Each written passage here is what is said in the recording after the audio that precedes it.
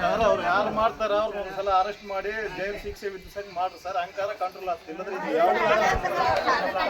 Control ಆಗುವಾಗ ಶಿಕ್ಷೆ ಆಗ್ಬೇಕು, ಅವಾಗ ಕಂಟ್ರೋಲ್ ಮಾಡ್ತಾರೆ ಸರ್. ಇಲ್ಲದ್ರೆ ಅವ್ರು ಕಂಟ್ರೋಲೇ ಮಾಡಲ್ಲ. ಇವತ್ತು ಈದ್ ಮಾರನಂತ ಆತ್ ಮಾರನಂತ ಹಿಂಗೆ ಮಾರ್ಕೆಟ್ ಹೋಗ್ತಾರೆ ಸರ್. ಅವ್ರಿಗೆ ಶಿಕ್ಷೆ ಆಗ್ತದೆ. ಮತ್ತೆ ಶಿಕ್ಷೆ ವಿಧಿಸಿದ್ರೆ ಅವ್ರು ಅಯ್ಯಪ್ಪ ನನ್ನ ಅವ್ರು ಕಿತ್ಕೊಂಡು ಹೋದ್ರಂತ ಇನ್ನೊಬ್ರು ಭಯ ಆಗ್ತಾರೆ. ಇಲ್ಲದ್ರೆ ಭಯ ಬರಕ್ ಸಾಧ್ಯನೇ ಇಲ್ಲ ಸರ್. ಇವತ್ತು ಎಷ್ಟು ಹಾಳಾಗ್ಬಿಟ್ಟೆ ಸರ್. ಹೊಲಗಳಾಗಿ ತೆಂಗಿನ ಮರ ಇರ್ತಾರೆ ಸರ್ ಕತನ ಮಾಡೋದಕ್ಕಾಗಿ. ಅವಾಗ ಯಾವ ಗಿಡಗಳು ಏರ ವ್ಯಕ್ತಿಗಳು ಇದ್ದಿಲ್ಲ, ಕುಡಿದ್ರೇನ ಹೋದ್ರೇನ ಗಿಡಗಳು ಒಂದು ಗಿಡಗಳ ಕಾಯಿಲ್ಲ ಸರ್. ಅಡಿಯೋದು ನೋಡಿ ಬೇರೆ ಸರ್. ಹಾಗಾಗಿ ಈ ಒಂದು ಆರೋಗ್ಯದಾಯಕವಾಗಿರ್ತಕ್ಕಂಥ ಒಂದು ಸಾಮಾಜಿಕ ವಾತಾವರಣ ನಿರ್ಮಾಣ ಆಗಬೇಕು ಅಂದರೆ ಎಲ್ಲರೂ ಒಂದು ಸಕಾರಾತ್ಮಕವಾಗಿ ಏನಿದೆಯಲ್ಲ ಹೊಂದ್ಕೊಂಡು ಹೋಗಿ ಅಂತಂದೇಳಿ ಹೇಳಕ್ ನಾವು ಬಯಸ್ತೀವಿ. ಅರ್ಥ ಆಯ್ತಾ? ಸ್ವಲ್ಪ ಏನಾದ್ರು ಮಾತಾಡ್ರಿ. ಊರಿನ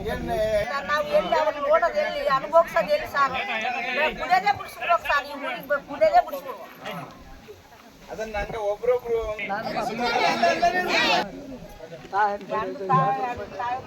ಬಾಯಾರ್ದಂಗೆ ಕೊಡ್ತಾರೆ. ಬಾಯಾರು ಹಾಕಿದ್ರು ಕೊಡ್ರಪ್ಪ, ನಾನಂತೂ ಒಳ್ಳೆಕ ಅಲ್ಲಿ ಹೇಳಿದ್ರು ಅವ್ರು ಕೊಡೋದಲ್ಲ. ಎರಡು ಕುಡ್ಕು ಇಷ್ಟ ಆಗ್ತಾರೋ ಸ್ವಲ್ಪ ಕೈಗೆ ಎರಡು ಅಂತ ಕಳ್ಸಿದ್ವಿ ಹೋಗ್ತಾರೆ. ಬಂಗಾರ ರೊಕ್ಕ ತಗೊಂಡು ಫ್ಯಾಕ್ಟ್ರಿ ಮಕ್ಕಳು ನಾವು ಎಲ್ಲಿ ಬಾಯ ಮೂವರು ಹಂಗೈತೆ ನನ್ನ ಮಕ್ಕಳು.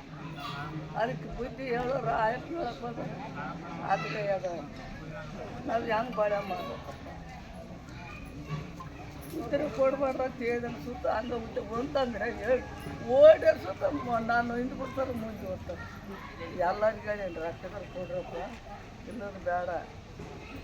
ಇತರ 10,000 5,000 ಮೋಟ್ರ್ ಕೊಟ್ಟಿಡಿ, ಸ್ವಚ್ಛ ಕೊಟ್ಟಿರೋ ಸ್ವಂತ ಹೇಳ್ಕೊಡಿ ತಗೊಂಡೋಗಿ ಸಾರಾದಾಗಿ ಕೊಡ್ತಾನೆ. ಸೇವೆಗಳೆಲ್ಲ ಬಂತು. ಅದಕ್ಕೆ ನಮ್ಮ ಇಲಾಖೆಯಿಂದ ಈಗಾಗಲೇ ಸ್ಪಂದನೆ ಮಾಡಿ ನಿರಂತರವಾಗಿ ನಾವು ದಾಳಿಗಳನ್ನ ಮತ್ತು ಪರಿಶೀಲನೆಗಳನ್ನ ಮಾಡ್ತಾ ಆ ಬಗ್ಗೆ ಎಲ್ಲೆಲ್ಲಿ ಏನು ಅಬಕಾರಿ ಅಕ್ರಮಗಳು ಕಂಡು ಬರ್ತಾ ಇದ್ದಾವೆ ಅದಕ್ಕೆ ಸಂಬಂಧಪಟ್ಟಂಗೆ ಅಬಕಾರಿ ಕಾಯ್ದೆ ಅನುಸಾರ ನಾವು ಕ್ರಮ ತೆಗೆದುಕೊಂಡು ಪ್ರಕರಣಗಳನ್ನ ದಾಖಲು ಮಾಡ್ತಾ ಇದ್ದೀವಿ. ಮತ್ತು ಯಾರು ಈ ಒಂದು ಅಬಕಾರಿ ಅಕ್ರಮಗಳನ್ನ ಎಸಗ್ತಾ ಇದ್ದಾರೋ ಅವ್ರಿಗೂ ಸಹ ಈಗಾಗಲೇ ಎಚ್ಚರಿಕೆಗಳನ್ನು ಕೊಟ್ಟು ಸಾಕಷ್ಟು ಒಂದು ಆ ಬಗ್ಗೆ ತಿಳುವಳಿಕೆಗಳನ್ನು ಸಹ ಮೂಡಿಸ್ತಾ ಇದ್ದೀವಿ.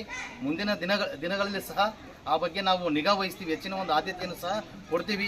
ನಮ್ಮಲ್ಲಿ ಸಾಕಷ್ಟು ಒಂದು ಸಿಬ್ಬಂದಿ ಒಂದು ಕೊರತೆ ಇದೆ. ಆದಾಗ್ಯೂ ಸಹ ಇಂತಹ ವಿಷಯಗಳಿಗೆ ನಾವು ಪೂರಕವಾಗಿ ನಮ್ಮ ಒಂದು ಶಕ್ತಿ ಮೀರಿ ನಾವು ಕಾರ್ಯವನ್ನು ಮಾಡ್ತೀವಿ. ಅದರಲ್ಲಿ ಎರಡು ಮಾತಿಲ್ಲ. ನಮ್ಮ ಪ್ರಯತ್ನ ಏನಿದೆ ನಾವು ನಿರಂತರವಾಗಿ ಮಾಡ್ತೀವಿ. ಆಮೇಲೆ ಈಗಾಗಲೇ ನಾವು ಏನು ಮದ್ಯ ಮಾರಾಟ ಅಥವಾ ಆ ಬಗ್ಗೆ ಮದ್ಯ ಸಂಗ್ರಹ, ಸಾಗಾಣಿಕೆ ಮತ್ತು ಮಾರಾಟ ಇದು ಅಬಕಾರಿ ಕಾಯ್ದೆ ಅನುಸಾರ ಇದು ಶಿಕ್ಷಾರ್ಹ ಅಪರಾಧ. ಇದು ಏನಾಗುತ್ತೆ 5 ವರ್ಷದವರೆಗೂ ಸಹ ಈ ಒಂದು ಕಾರಾಗೃಹ ವಾಸ ಆಗ್ತಕ್ಕಂಥ ಮತ್ತು ಶಿಕ್ಷೆ ಆಗ್ತಕ್ಕಂಥ ಒಂದು ಅಬಕಾರಿ ಕಾಯ್ದೆ ಅಡಿಯಲ್ಲಿ ಅದು ಅಪರಾಧ ಆಗ್ತದೆ. ಸೊ ಹಾಗಾಗೋದು ಬೇಡ ಅಂತಂದೇಳಿ ಈಗಾಗಲೇ ಸಂಬಂಧಪಟ್ಟವರಿಗೆ ನಾವು ಈಗಾಗಲೇ ಕರೆದು ಸೂಚನೆಗಳನ್ನು ಕೊಟ್ಟಿದ್ದೀವಿ. ಪರಿಶೀಲನೆ ದಾಳಿ ಮಾಡಿದ ಸಂದರ್ಭದಲ್ಲಿ ಸಹ ಸಾಕಷ್ಟು ಒಂದು ಎಚ್ಚರಿಕೆಗಳನ್ನ ಸೂಚನೆ ಕೊಟ್ಟಿದ್ದೀವಿ. ಇನ್ನು ಮುಂದಾದರೂ ಸಹ ಅವರು ತಿದ್ದುಕೊಂಡು ಅದನ್ನು ಬಿಡ್ತಾರೆ ಅನ್ನೋದು ಒಂದು ನಮ್ಮ ಒಂದು ಆಶೆ ಇದೆ. ಬಿಟ್ಟರೆ ಅವ್ರಿಗೂ ಒಳ್ಳೆಯದು. ಬಿಡದೇ ಇದ್ದರೆ ಕಾನೂನು ಪ್ರಕಾರ ಏನಿದೆಯಲ್ಲ ಆ ಕಾರ್ಯವನ್ನು ಇಲಾಖೆ ಕೈಗೊಳ್ಳುತ್ತದೆ.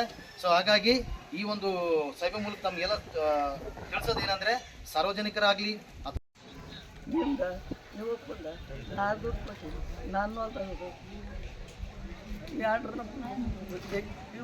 ಬಂಗಾರ ಓದ್ತಿರ್ತಾರೆ ಅದನ್ನ ಬಿಡಿಸಿ ಯಾವುದಂತ ಸಾಯ್ತಾರೆ. ಇಲ್ಲಮ್ಮ ಇನ್ನು ಅದು ಮಾರಾಟ ಆಗ್ಲಾರ್ದಂಗೆ ನಾವು ನಿಗಾ ವಹಿಸ್ತೀವಿ. ಯಾವುದೇ ಕಾರಣಕ್ಕೆ ಅವಕಾಶ ಕೊಡಲ್ಲ. ಏನು ತಲೆ ಅವಕಾಶ ಕೊಡಲ್ಲ.